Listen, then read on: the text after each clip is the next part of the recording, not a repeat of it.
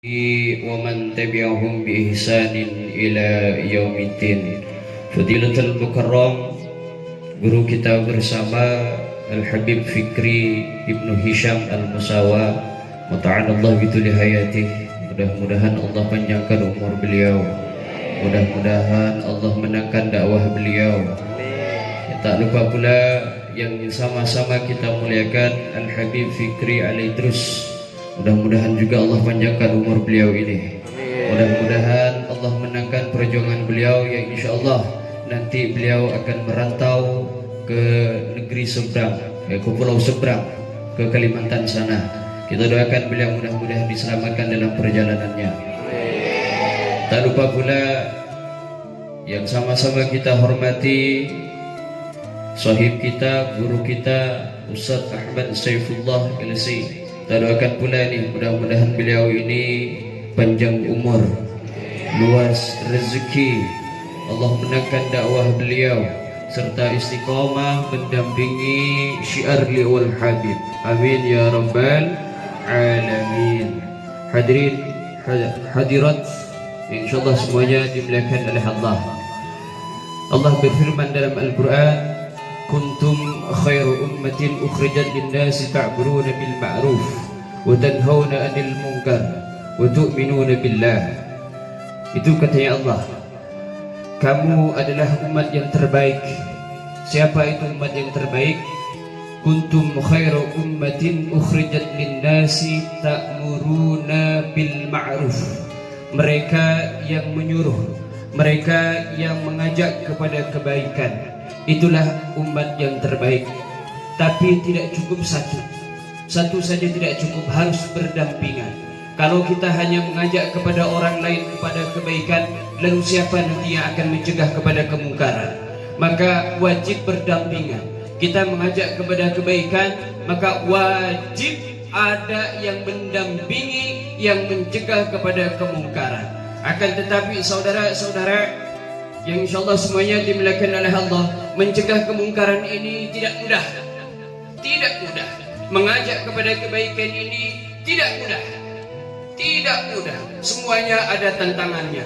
Semuanya ada negatif positifnya dari orang-orang yang menilai kita. Kita lihat bagaimana perjuangan daripada baginda Rasul sallallahu alaihi wasallam. Bagaimana dulu beliau Masya Allah memperjuangkan agama ini untuk tegak. Kuntum khairu ummatin ukhrijat lin-nas ta'muruna bil ma'ruf. Itu tidak mudah. Beliau memperjuangkan mati-matian, benar-benar mati-matian, bukan hanya mati itu, bukan. Tapi benar-benar mendekati mati. Itu perjuangan yang sebenarnya, bukan untuk kemasyhuran, bukan untuk mengejar terkenal, karena pada saat itu enggak ada itu yang namanya media, enggak ada. Tapi karena niat beliau benar-benar lillahi ta'ala, sampai sekarang beliau masih masyhur. Sampai sekarang nama beliau masih kita terus sebut-sebut. Lillahi ta'ala beliau. Maka langkah beliau itu diikuti oleh sahabat. Kalau kita tengok bagaimana dulu para sahabat, bagaimana dulu Abu Bakar, bagaimana dulu Umar. Masya Allah, ketika dulu ada petugas dari Persia, pada saat itu ingin menemui daripada Umar. Yang mana sih? Yang mana sih pimpinan orang Islam itu? Yang mana sih yang namanya Khalifah Umar? Pada saat itu Khalifah Umar lagi tiduran, lagi santai, rehat sebentar dari pikiran yang lumayan mumet. Di mana tidur beliau? Di atas daun kurma. Maka pada saat itu utusan daripada Persia ini lumayan tercengang. Ini Khalifah, iya betul. Kayak gini, iya betul. Khalifah Umar, pakaiannya lusuh, tapi Khalifah. Bahkan kalau kita tengok bagaimana sejarah beliau, pada saat beliau wafat, beliau masih menyisakan hutang. Beliau tidak mengejar kemasyhuran. Ini mubalik kita yang sekarang ini fitnahnya begitu. Bisa mubalik sedikit, pengennya masyhur. Maka kalau sudah pengen masyhur, ini langsung mengejar kepada yang namanya riya. Dekat sudah dengan riya. Pengennya cepat terkenal, naik ke media. Itu tantangannya sekarang. Mau diakui betul atau tidak, itu ada yang seperti itu, ada. Maka bagaimana? Maka kalau tidak ada media, dia tidak mau berdakwah. Akhirnya apa? Dia berdakwah tidak mendapati hati. Dia berdakwah itu hanya untuk kepentingan dia pribadi. Kalau dia tidak untung, maka dia tidak berdakwah. Maka demi Allah, dulu sahabat Umar, ketika ada sahabat, di belakangnya banyak sekali pengikutnya,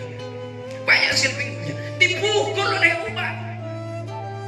Kenapa dipukul? Tahan. Ini fitnah. Pengikut-pengikut seperti ini fitnah. Sebab apa? Bisa jadi yang mengikuti dia dan yang diikuti itu menjadi sumber fitnah. Sebab apa? Sebab kalau sudah banyak pengikut biasanya timbul rasa sombong, timbul rasa ria. Tuh, lihat tuh saya tuh. Tuh, lihat tuh saya tuh. Tuh, lihat tuh di TV saya ada tuh. Tuh, lihat tuh di YouTube ada saya tuh. Ria yang ada. Akhirnya apa? Dakwah kita tidak sampai kepada hati. Akhirnya apa? Masyarakat orang awam itu yang terbengkalai. Akhirnya apa? Mulut dan hati tidak sesuai. Akhirnya apa? Ayatul munafik talata. Itu yang timbul. Perkataannya tidak sesuai dengan perbuatannya. Itu yang kita takutkan. Idza haddatsa kadzaba. Kalau dia berbicara bohong. Itu yang kita khawatirkan. Itu di akhir zaman. Kita pernah sampaikan kepada kita semuanya. Kita pernah nyampaikan pada saat itu. Jababir, itu zamannya kita. Zaman huru hara, di mana zaman kebenaran dibola-balik. Sementara orang yang ingin merasa aman, dia abu-abu.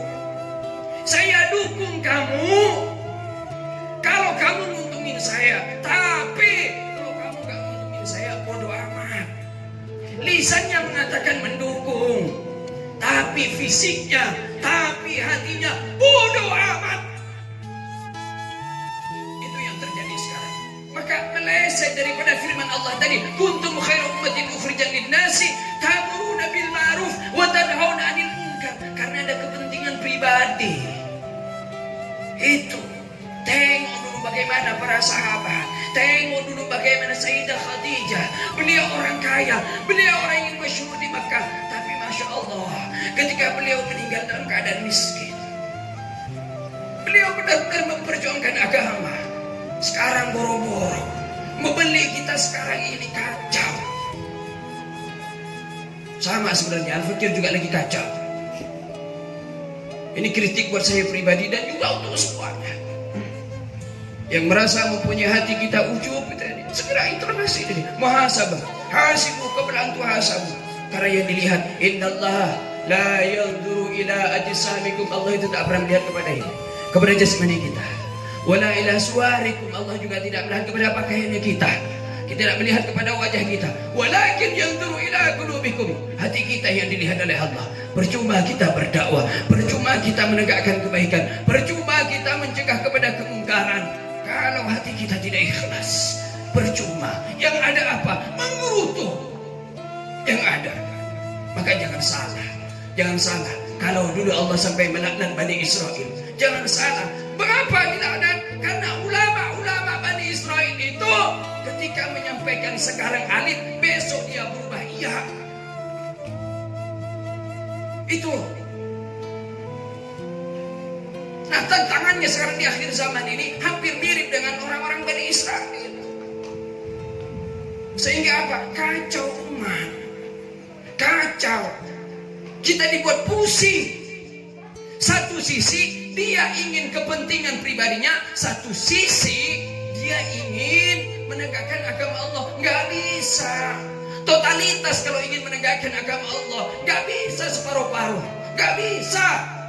Tetap saja nanti yang akan dibenarkan kepentingan pribadinya. Bukan la ilaha illallah lagi dipentingkan. Bukan. Maka dia sudah tidak mau lagi untuk mencegah daripada kemungkaran. Sebab apa? Demi Allah, kalau bukan karena untuk mencegah kemungkaran, saya yakinnya Al-Habib, siapa itu yang sekarang lagi di penjara? Habib Rizik. Gak mungkin beliau itu berada di penjara kalau bukan karena mencegah daripada kemungkaran. Tantangannya jauh lebih besar. Orang-orang yang merasa dirugikan oleh beliau tidak terima. Tidak terima. Coba kita datang. Coba kita datangi. Ada orang mabuk-mabukan. Kita datangi kepada mereka. Lalu katakan kepada mereka, hei, kamu ini haram, haram. Pasti kita akan dicemooh.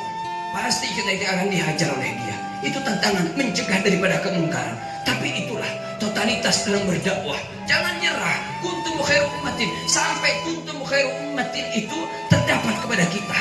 Sampai nempel kuntum khairu ummah itu kepada kita. Sampai Allah menangkan perjuangan kita. Sampai kita ini dimenangkan atau ternyata kita diambil nyawa oleh Allah. Itulah perjuangan. Itulah dakwah. Itulah keikhlasan kita. Biar kata-kata orang, ingat dulu, Nabi Muhammad itu perjuangannya enggak seperti kita. Katanya Habib Fikri itu kita ini hanya duduk-duduk, kongko-kongkoan. Perjuangan beliau itu enggak seperti kita, jauh lebih sadis. Maka ya Allah, kalau hanya sekedar hujan kemudian kita tidak hadir di majelis ini, aduh, rasanya kita ini ingin hijrah ternyata masih setengah-setengah. Masih setengah-setengah. Ayo, pemuda, pemudi, mari kita buktikan di zaman Jababiro, di zaman detik-detik kemunculan daripada Dajjal al-Masih, daripada kemunculan Al-Imam Mahdi Muhammad bin Abdullah, kita buktikan bahwa Islam itu masih ada. Islam itu masih kuat. Islam itu masih penuh dengan perjuangan oleh pemuda-pemudinya. Kita menangkan perjuangan ini. Kita khawatir anak cucu kita nanti sudah tidak mengenal dengan agama Islam. Kalau bukan kita yang memperjuangkan, siapa lagi? Kalau bukan dari sekarang, mau kapan lagi? Jangan nunggu sampai tua. Jangan, mumpung masih kita muda. Ayo kita sama-sama berjuang. Ingat, kata akhir kita adalah sampai Allah menangkan atau ternyata Allah ambil nyawa kita. Itulah akhir daripada dakwah kita. Sampai Allah memberikan mahkota kuntum khairu ummah kepada kita. Sampai itu barulah kita berhenti berdakwah. Berdakwah enggak harus seperti ini, enggak. Bantu orang yang berdakwah seperti ini. Bantu orang yang berdakwah melewati madrasah. Bantu orang yang berdakwah melewati pondok pesantren. Bantu orang-orang yang memperjuangkan agama Allah. Kalau kita tidak mampu memperjuangkan agama Allah, bantu mereka. Jangan jadi orang yang ketiga. Kita sudah tidak membantu, justru kita yang melarang mereka. Justru kita yang menjadi pengkhianat. Justru kita yang menghancurkan mereka. Na'udzubillah, tsumma na'udzubillah. Kita terhindar dari hal demikian. Betul. Setuju.